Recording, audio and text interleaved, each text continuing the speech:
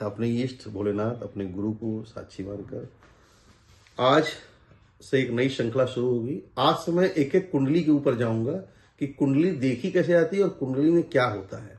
आज हम शुरुआत कर रहे हैं एक ऐसे शख्स की जिनकी शादी भी हुई, जिनके फादर की बहुत पहले डेथ हो गई, जिनका चंद्रमा तो उच्च का है लेकिन उनको लोग मानसिक प्रताड़ना, उनके पास मानसिक प्रताड़ना भी हुई, उनको जीवन में दिक्कतें भी बहुत सी हुई, पुलिस की जॉब में भी हैं और उसके अलावा भी उनके अंदर अभी करोड़पति बनने का सपना जो है बना हुआ है। और वो कैसे बनेंगे पुलिस की नौकरी करते हुए, इसके ऊपर आज हम चर्चा करते हैं। शुरुआत करिए इस कुंडली में। ये पूरी कुंडली बनी है और एक ये पूरा कुंडली, इनका पूरा जो प्रक्रिया है देखिए। इसमें देखिए जो चंद्रमा है, चंद्रमा देखिए किस किस घर को, चंद्रमा अपने ही घर को देख रहा है, चंद्रमा उच्च का होके और दसम भाव को देख रहा है। दसम भाव को देखने मतलब गुरु के भाव को देख रहा है।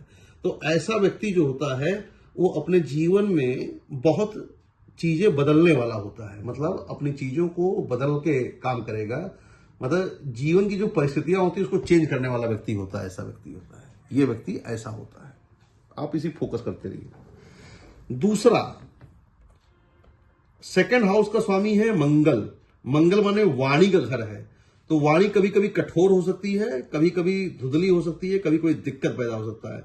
वाणी वाला घर इनके सुपुत्र, मतलब यहां पांचवें घर को देख रहा है, बच्चे वाले घर को देख रहा है। तो राहु पांचवें घर में हुआ है, मंगल का इफेक्ट है इस पे। और बुध अपने घर में मंगल के साथ बैठा है, नीच का बैठा है, जिसके कारण इनकी पुत्री होगी ही होगी, क्योंकि बुध नीच का बैठा हुआ है और मंगल अपने घर को देख रहा है और मंगल के साथ ही बुध बैठा हुआ है और यहां राहु बैठा है। ऑपरेशन की भी संभावनाएं बन सकती हैं कि बच्चा हो सकता है कि ऑपरेशन से हो, मतलब नॉर्मल डिलीवरी होने की आशंकाएं थोड़ी कम हो जाती हैं, जिसके कारण।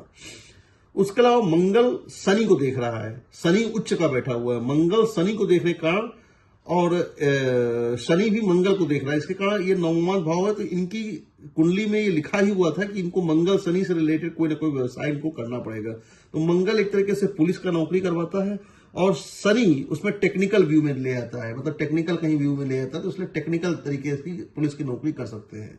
अगर उस वाले ड्यूटी में जाएंगे जो परमानेंट वाली, तो उसमें करने में इनको थोड़ी असावधानी होगी, दिक्कतें महसूस होंगी। उसके अलावा सूर्य के घर में मंगल बैठा हुआ और शनि भी देखिए इसको देख रहा है। तो शनि सूर्य का जो कॉम्बिनेशन है, सूर्य का ये देख रहे हैं, शनि उच्च का हो गया है और सूर्य सेकंड हाउस में रहा है। सेकंड हाउस का सूर्य ये बताता है कि पिता जिसमें काम करते थे उसी से रिलेटेड इनको नौकरी लगेगी। और शनि उच्च का हो गया है, शनि उच्च का होकर किसमें बैठा है, 11वें भाव में बैठा है, 6ठे भाव में बैठा है और 3रे भाव को देख रहा है। शनि इसको देखकर क्या बता रहा है, 6ठे भाव को देखकर क्या बता रहा है कि रोग स्थान में भी शनि का इफेक्ट रहेगा।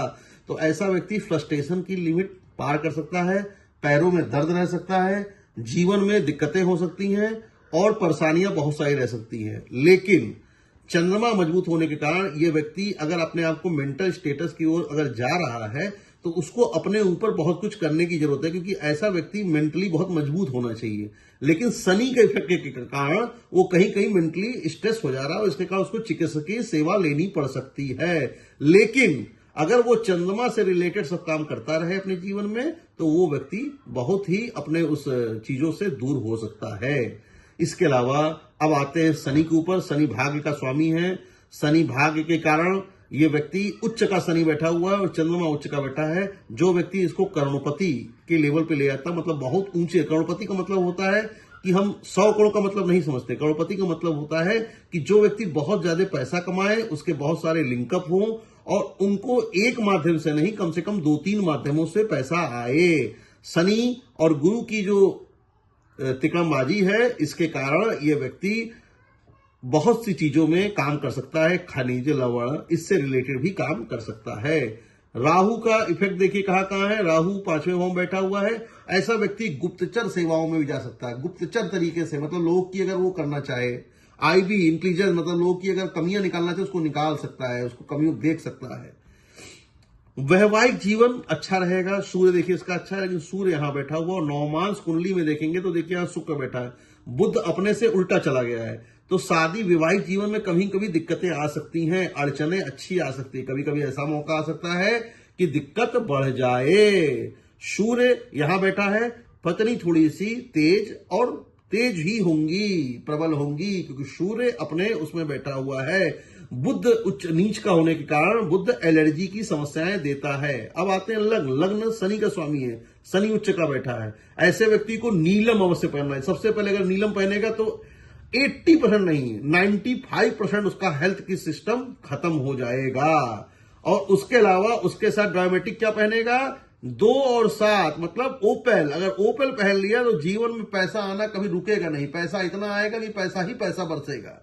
और तीसरा बुध, अगर बुध पन्ना पहन लिया तो बच्चों की पढ़ाई बहुत ऊंचे लेवल की चली जाएगी और बच्चे जहां पहुंच जाएंगे वहां कोई नहीं दिक्कत। और मृत्यु का जो ये प्रश्न करते हैं बार बार, क्योंकि शनि उच्च का है, शनि जब उच्च का होता है तो ऐसा व्यक्ति अपने जीवन में रहस्यमयी परिस्थितियां होती है, बहुत कुछ खोजता है, बहुत कुछ पढ़ता है, तो ऐसा व्यक्ति उस परिस्थितियों को भी पहुंच जाएगा। इतना बताने के लिए आप लोग का धन्यवाद।